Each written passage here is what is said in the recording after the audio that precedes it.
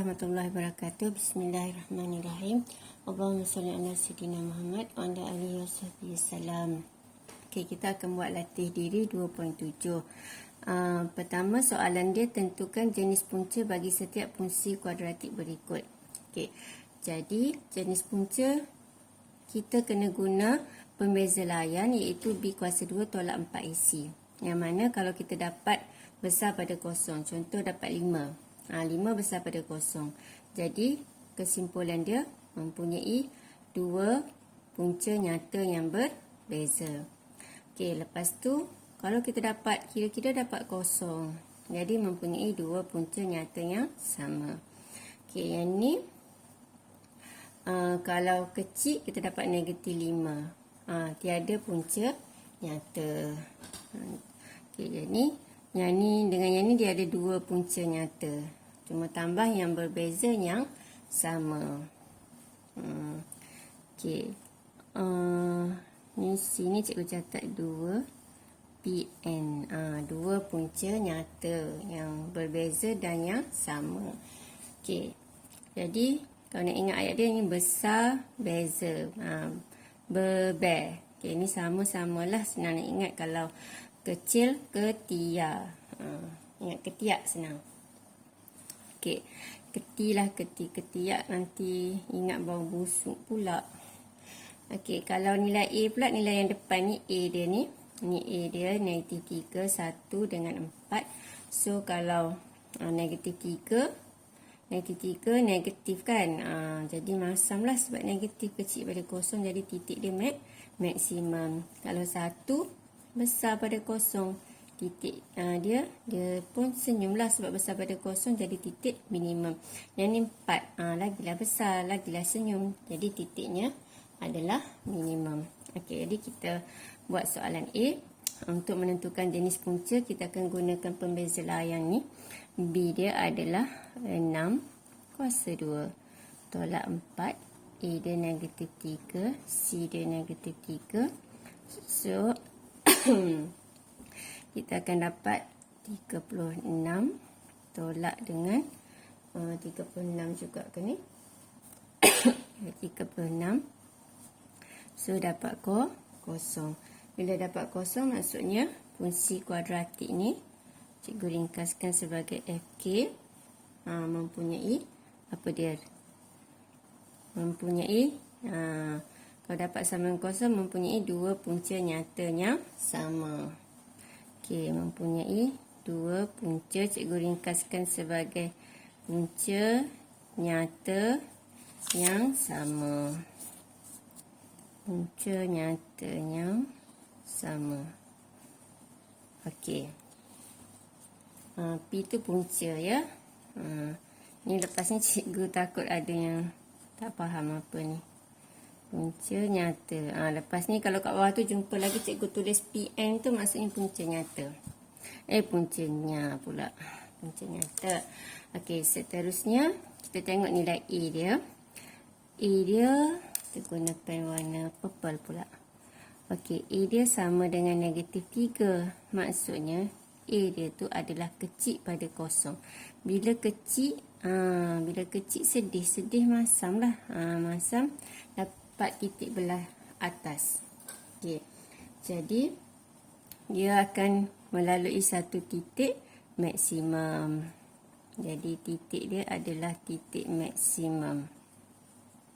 Okey, titik maksimum. Okey. Jadi lakarkan graf dan buat generalisasi tentang kedudukan graf pada paksi X. Okey. Jadi kedudukan graf dia senyum macam tu. Okey, graf dia lebih kurang macam ni. Lepas tu garis dia mana pun garis. Okey.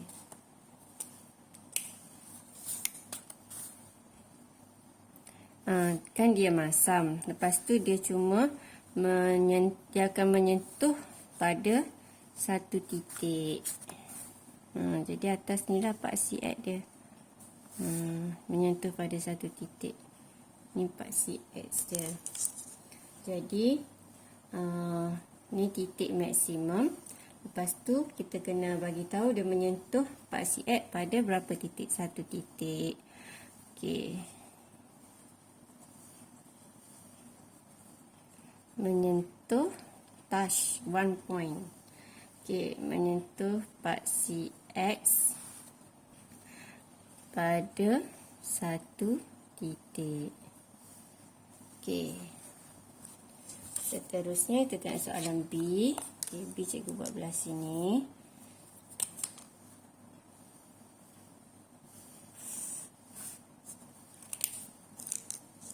Okay, soalan B. Jadi kita guna B kuasa 2 tolak 4 AC. Okay. Jangan buat sama dengan apa-apalah sebab kita memang nak cari sama dengan apa. So, B dia 2. So, 2 kuasa 2 tolak 4. A dia 1, C dia negatif 3. So, kita akan dapat 4 tambah 12. So, akan dapat 16. Okay, jadi bila 16 ni, maksudnya dia adalah besar pada kosong. Bila besar pada kosong, ingat tadi, kita punya ringkasan ber. Kalau besar, maksudnya mempunyai dua punca nyata yang berbeza.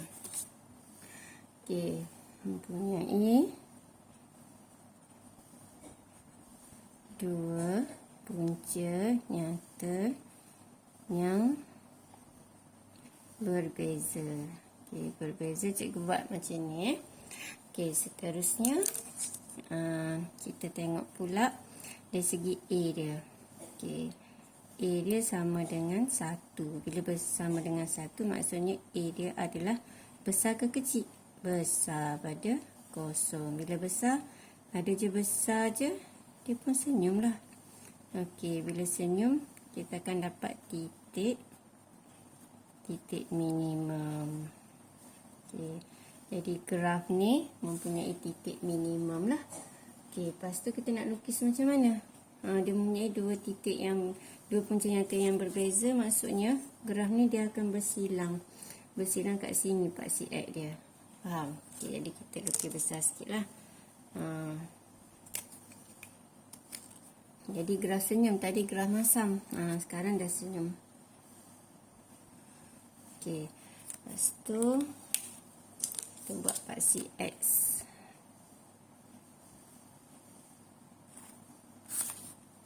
Paksi X. Jadi daripada sini kita nampak dia menyilang paksi X pada dua titik.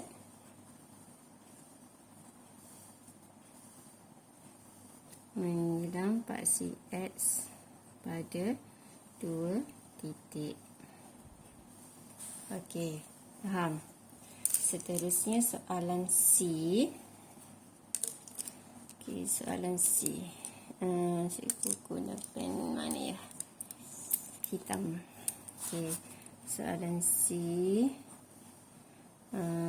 B kuasa 2 tolak 4 AC sama dengan, okey, B dia adalah negatif 8 kuasa 2 tolak 4 A, C dia 5.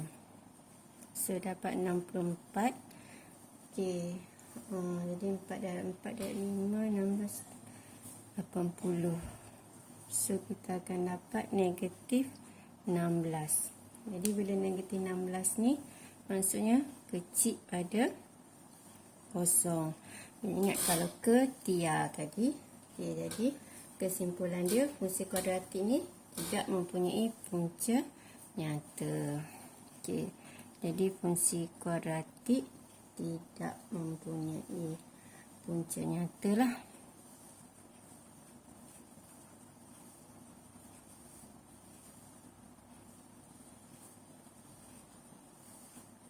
Okey. Lepas tu kita tengok A dia. Okey. A dia dapat berapa? A dia adalah sama dengan 4. Okey, bila A sama dengan 4, maksudnya 4 ni, A dia ni adalah besar pada kosong. Kalau besar, dia pun senyum. Jadi bila senyum, dia mempunyai titik minimum. Buat ayat dari sekian graf mempunyai titik minimum ke. Okey. Tak apa buat ayat, tengok macam contoh dalam buku teks tu. Cikgu bagi poin-poin penting lah biar awak faham konsep. Okey. Jadi tidak mempunyai punca nyata, maksudnya dia tak bersentuh dengan paksi X, sama ada okey, jadi paksi X mungkin dia akan duduk kat sini lah. Okey. Kalau grafnya masam, grafnya duduk kat sini, tak sentuh dengan paksi X. Kalau yang ni sama dengan kosong, sentuh satu titik. Okey, dua punca nyata yang sama. Kalau kita faktor dapat X sama dengan 2, X sama dengan 2 contoh. Yang ni berbeza, sini 2, sini 6. Macam itulah. Yang ni dia tidak menyentuh, dia tak ada persilangan dengan paksi X. Okey. Jadi apa kita nak tulis mengenai ini? Graf ni. Kalau yang ni menyentuh pada satu titik. Yang ni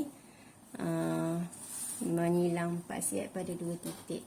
Yang ni dia tidak bersilang dengan paksi X, ataupun kita boleh tulis dia berada di atas paksi X. Okey. Berada, maksudnya graf ni lah. Macam ni semua graf lah ni. Graf menyentuh. Yang ni graf menyilang.